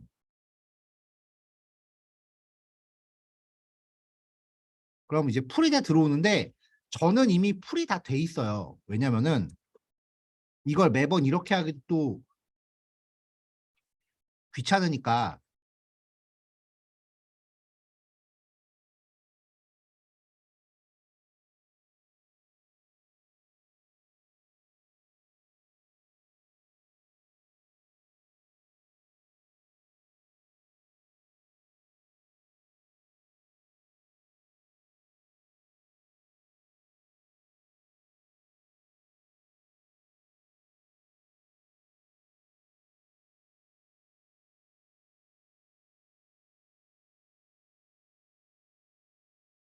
노드.js로 프로그램을 하나 짜놨는데요. 그 깃허브에 그 웹 훅이라고 하는 기능이 있어요. 그게 뭐냐면은 내가 푸시를 올릴 때마다 깃허브에서 자동으로 다른 레스트풀 API를 호출해 주는 기능이에요. 내가 풀을 올리면 자동으로 레스트풀 API 하나를 뭔가 호출해 줄 수 있게 연결할 수 있는데 그거를 제가 여기 만든 이 레스트풀 API를 통해서 호스트 방식으로 하죠. 얘가 하는 게 이 훅.sh라고 하는 파일을 강제로 실행시키는 건데 얘는 풀을 받아요.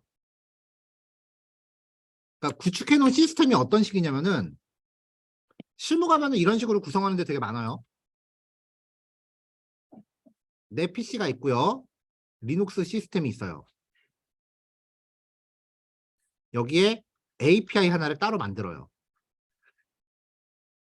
내가 깃허브에 푸시를 보냅니다.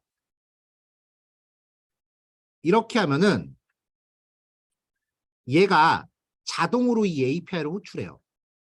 호스트 방식으로. 그러면 이 API는요. 접속하면은 뭐 데이터베이스 연동을 하는 게 아니라 이 깃에다 넣고 풀 명령을 수행을 해요.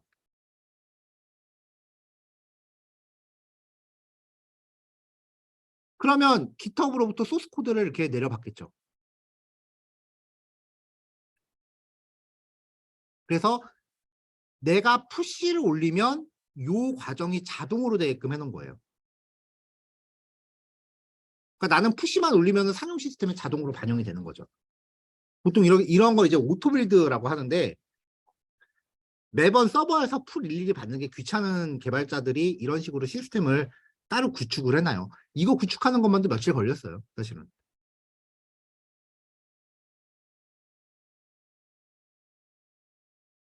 이런 식으로 이제 프로그래밍 언어마다 오토빌드라고 하는 시스템을 이용하는 케이스가 덜어 있어요.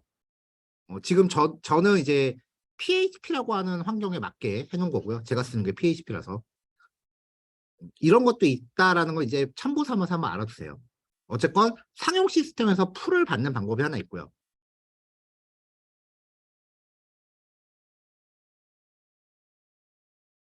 두 번째 방법은 FTP로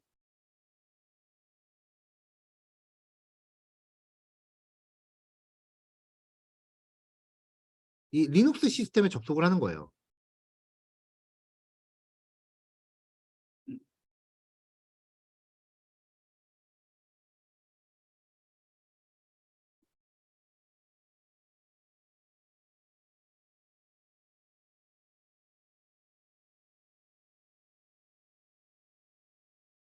로그인 실패했다네. 네, 이렇게 해서 접속하는 거예요. 그러면 여기에 이제 소스 코드들이 이렇게 보이는 거죠. 컨트롤러, 헬퍼, 이 라이브러리가 무슨 서비스들이 있는 거. 익숙한 구조죠?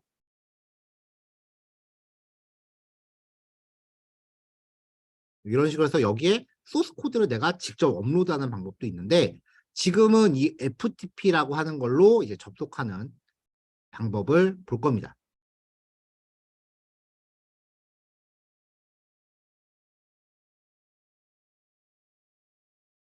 자, FTP 파일 트랜스퍼 프로토콜이고요. 뭐 안정적인 파일 전송이 가능한 시스템이에요. 파일 전송이다. 기본적으로 얘는 21번 포트를 사용해요. 근데 보안을 위해서 다른 포트로 변경해서 쓸 수 있어요. 웹 같은 경우는 접속하는 사람이 불특정 다수죠. 그래서 웹 같은 경우는 기본 포트를 항상 써야 돼요. 근데 그 밖에 다른 시스템들은 접속하는 게 특정 몇 명만 시스템 관리를 목적으로 접근을 해요. 그리고 뚫리면은 보안상 굉장히 큰 허점이 생기기 때문에 그 외 시스템들은 포트를 변경해서 쓰는 게 기본이에요. 외부에서 접속 가능하게 할 거면. MySQL 같은 경우는 외부 접속 허가를 안 한다면은 그냥 기본 포트 쓰는 거고 외부 접근 허가할 거면은 MySQL도 포트 번호 바꿔야 돼요. 그게 정석이에요. 자, FTP 서버를 운영하기 위해서는 사용 중인 포트에 대한 방화벽 허용 설정이 필요합니다. 자, 종류.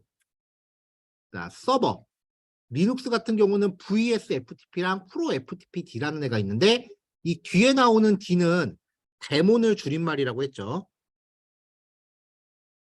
우리는 VS FTP-D를 쓸 거고요. 클라이언트 프로그램, 웹사이트에 접속할 때 크롬이라든지 익스플로러라든지 이렇게 다양한 종류의 웹브라우저가 있듯이 클라이언트용 프로그램도 종류가 많아요. 뭐 리눅스는 ACFTP, LFTP 같은 게 있는데 리눅스 자체를 클라이언트용으로 쓰지는 않으니까 얘는 배제. 윈도우는 RFTP나 R드라이브 이런 프로그램이 무료로 쓰여요. RFTP라는 프로그램이 R드라이브로 바뀐 거예요. 맥 같은 경우는 사이버 덕이라고 하는 프로그램이 가장 유명한데 맥은 무료 프로그램 기대하지 마세요. 자, 공통으로 쓰는 게 파일질라라고 하는 프로그램인데 무료하고 유료 버전 두 가지가 있습니다. 무료 버전도 충분히 쓸만해요. 유료 버전은 구글 드라이브나 드롭박스 같은 클라우드 서비스까지 연결이 되는 기능이고 그냥 일반적인 리눅스 서버하고 쓸 때는 무료 버전으로도 충분해요. 그래서 보통 얘를 제일 많이 쓰죠. 그러니까 우리가 할 일은 리눅스에 FTP 서버를 구축을 해놓고 우리가 사용하고 있는 컴퓨터에 클라이언트를 깐 다음에 이렇게 접속을 하는 거예요. 그래서 파일을 업로드하는 거죠. 자, 서버 같은 경우는 프로 FTPD가 설정은 쉬운데 성능은 VS FTP가 더 좋아요. 그래서 얘를 쓸 거예요. 자, FTP에 접속이 가능한 사용자. 기본적으로 사용자가요. 리눅스의 사용자 계정과 연동이 돼요.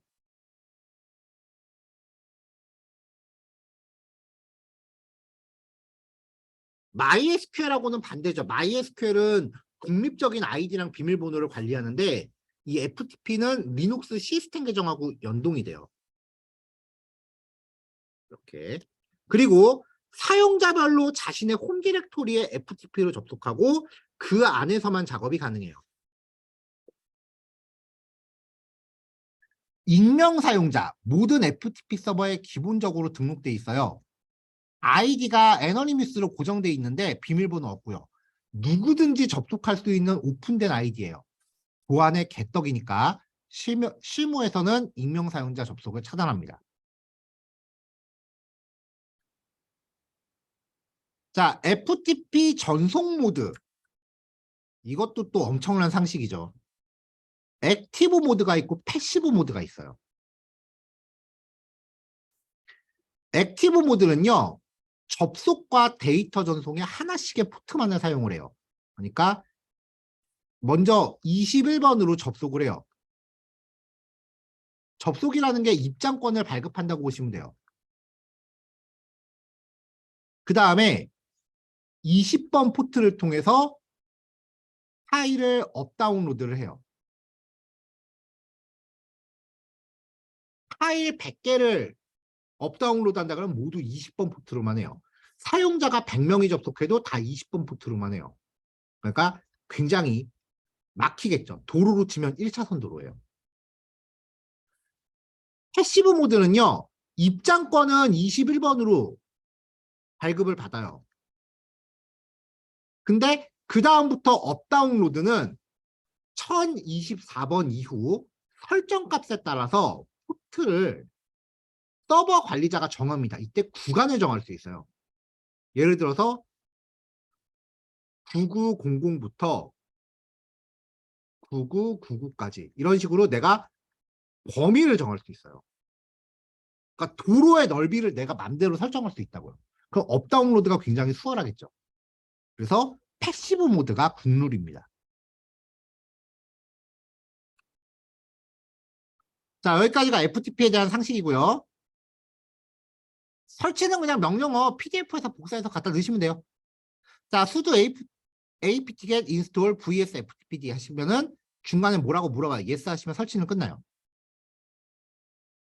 근데 이제부터 환경 설정이 빡세요. 왜냐면 리눅스의 모든 설정은 VI 에디터로 이루어지기 때문에. 자, 설정값 잘못되면 어디 잘못됐다고 안 짚어줘요. 에러 메시지 같은 거 안 나와요. 그냥 뻗어요. 응답 없어요. 그냥. 그러니까 오타에 특별히 조심하세요. 자, 설정할게요. 일단 디렉토리 설정이에요. 기본적으로 일반 유저가 자신의 홈 디렉토리에 접속한 다음에 상위 디렉토리로 이동이 가능해요. 이거는 시스템 전체를 열람할 수 있다는 의미이기 때문에 보안에 안 좋아요. 그러니까 자기 홈 디렉토리보다 상위 폴더로는 접근하지 못하게 설정하고요. 접속 포트, 악의적인 사용자가 올 수 있으니까 접속 포트 바꿔야 되고, 그러니까 FTP를 쓰는 거는 일반적인 유저가 다 쓰는 게 아니라 진짜 몇 명만 시스템을 관리하기 위한 몇 명만 사용하는 시크릿 사용이에요. 그러니까 입구를 누구나 볼 수 있게 대로변에 만드는 게 아니라 쉽게 찾아오지 못하도록 골목 깊숙한 곳에다가 입구를 숨겨놔야 돼요. 그게 포트를 바꾼다는 의미예요. 패시브 모드 설정하고요. 자, 이 세 가지를 설정하기 위해서 루트 권한을 써서 FTP 설정 파일을 엽니다. 설정 파일은요, etc 밑에 vs.ftp.conf라는 파일입니다. 이거 열면은 출력되는 양이 어마어마합니다. 그래서 일단은 커서를 맨 밑으로 내리시고요. 요 내용을 추가로 입력하세요. chroot 로컬 유저 자신의 홈 디렉토리까지만 접근하는 설정이에요. yes. 주석은 입력 안 해도 돼요. 그 다음에 파일이나 폴더 기본 퍼미션 020644 접속 포트 설정 리슨 포트를 9902로 바꾸고요. 패시브 어네이블 yes. 그리고 패시브 모드 전송 포트 번호를 1100번부터 1200번까지로 설정하겠습니다. 자, 맨 밑에 이렇게 VR을 입력한 거예요, 실제로. 인서트 모드에서.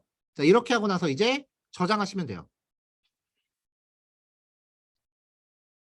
자, 환경 설정 파일에 문제가 없고 정상 실행되면요. 서비스를 가동했을 때 시스템 시체 스타트, MySQL 할 때 했었죠? 아무런 출력 결과가 없습니다. 그래서 시스템CTL 스테이터스 명령으로 잘 동작하고 있는지 확인하시면 돼요. 자, 처음에 가동하면은 아무런 응답이 없어요. 그러면 잘 된 거야.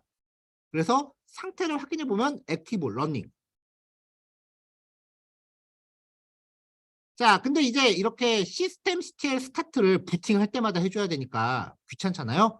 MySQL도 이런 작업 해줬죠. 시스템CTL enable vs ftpd. 부팅할 때 자동 실행되게 등록하는 거예요. 자, 이렇게 하고, 자, 접속 포트를 9901로 바꿨고, 그 다음에 패시브 모드 포트를 1100번부터 1200번까지로 바꿨잖아요. 그럼 얘네들 방화벽 열어줘야죠. 아, 9902번. 자, UFW allow 허용 990에 대한 TCP 포트. allow 허용 1100번부터 1200번까지의 TCP 포트.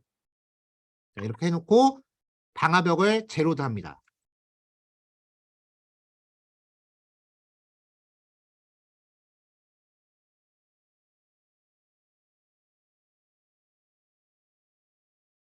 자, 그러고 나서 이제 설정이 잘 적용됐는지 확인하면 그 포트가 이렇게 세팅되어 있는 거 확인되죠.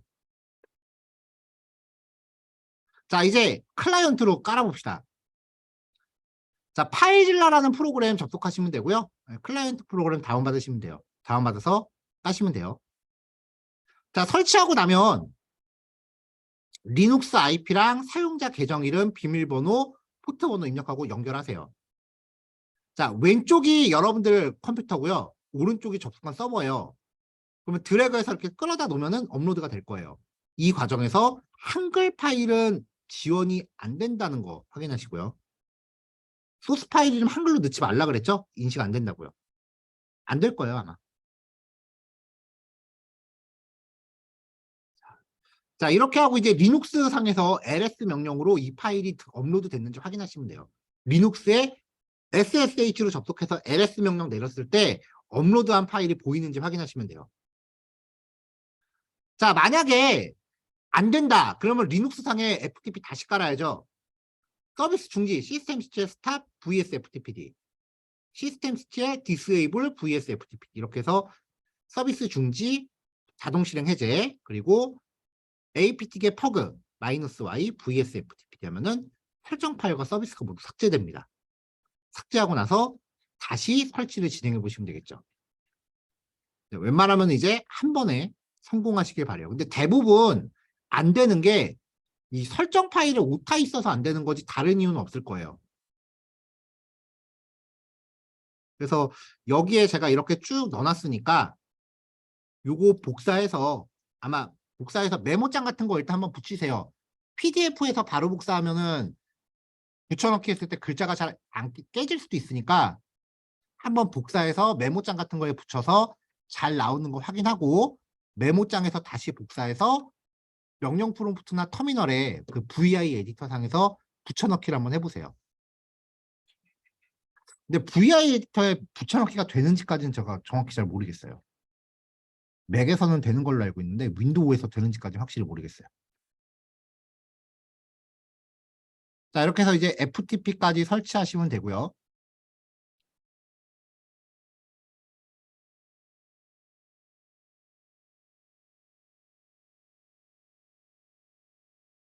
잠깐만요.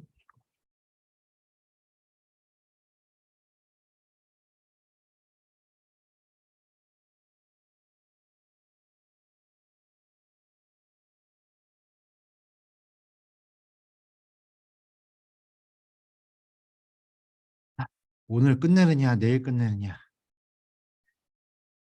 왜 웃어?